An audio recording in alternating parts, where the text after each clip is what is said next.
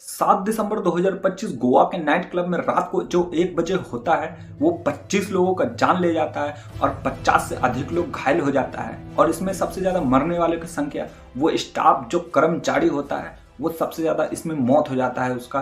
और जब पुलिस इसकी जांच करती है तो पता ये लगता है कि एक के ऊपर एक लाश मौजूद होता है और कुछ लाश सीढ़ी पर भी मौजूद होता है जो गिरे पड़े होते हैं, जो इससे ये पता लगता है कि ज़िंदगी के आखिरी पड़ाव पर भी वो भागने का और बचने का कोशिश करते हुए अपना जान गंवा बैठता है और झुलस के उसकी मौत हो जाता है। और जब इस घटना को इस तरीके से समझते हैं कि एक नाइट क्लब में रात को 1 बजे जब सैटरडे की रात होता है, उस नाइट में 150 के से भी ज़्यादा अधिक लोग मौजूद होता है। उसमें एक बंदा जो फायर गन जो होता है वो आप लोग भी जानते हैं, उसमें से चिंगारी निकलता है जो आजकल शादी में भी बहुत ट्रेंड है। जो वो फायर करता है तो ऊपर जो नाइट क्लब का डेकोरेशन जो किया होता है उसके ऊपर जो वो पत्ते वगैरह और वो घास भूस जो उससे डेकोरेशन किया गया होता है, और जब फायर करता है तो उसमें से चिंगारी निकलता है। 2 मिनट के अंदर में आग फैल जाता है और 25 लोगों का जान चला जाता है। जब सरकार जांच करती है तो सरकार को ये पता लगता है कि इलीगल नाइट क्लब चल रहा था, और जबकि 2025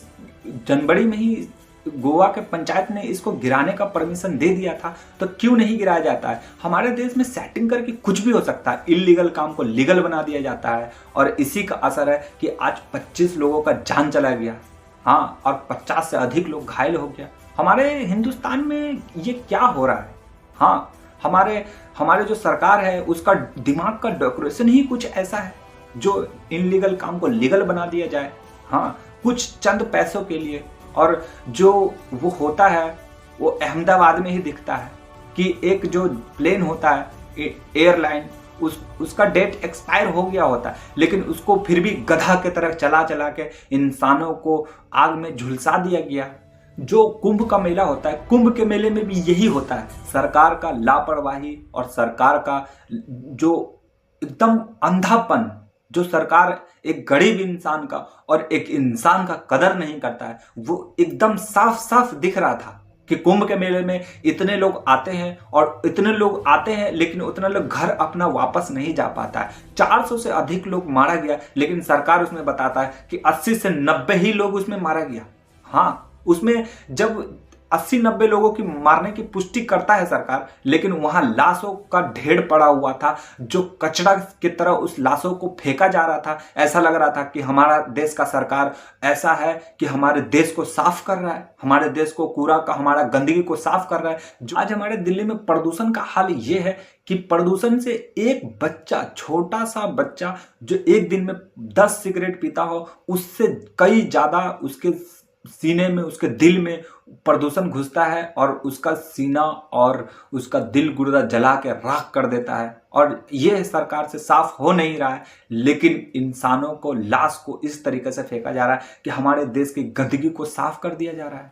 हाँ, ऐसा लगता है कि हमारे देश की गंदगी को साफ कर रहा है जैसे लाश को फेंका जाता है। हाँ, आज हमारे दिल्ली का ये हाल है कि इंसान जॉब पर और काम पर सेफली निकल नहीं सकता है, डरते हुए निकलता है। और बच्चा का आज ये हाल है कि उसके पेरेंट्स, उसकी माँ बाप आज स्कूल भेजते हुए भी उसको डर लगता है कि हमारे बच्चों को प्रदूषण खा न जाए। और जो दिल्ली का जो जनता है वो घूमने से और कहीं बाहर निकलने से भी कतराते हैं। ये है प्रदूषण का हाल।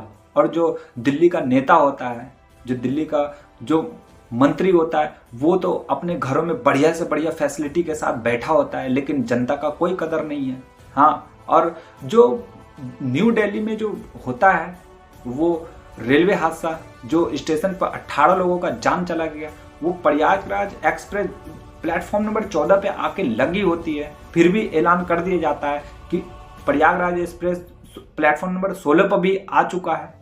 हाँ, इसी वजह से 18 लोगों का जान चला। एक बच्चा को दिमाग में कील तक ही घुस जाता है और सरकार ये ऐलान करती है कि हर मरने वाले को 10-10 लाख रुपया देंगे। अरे नहीं चाहिए 10-10 लाख रुपया, आप एक इंसान को वापस ला सकते हैं सेफ और सेफली?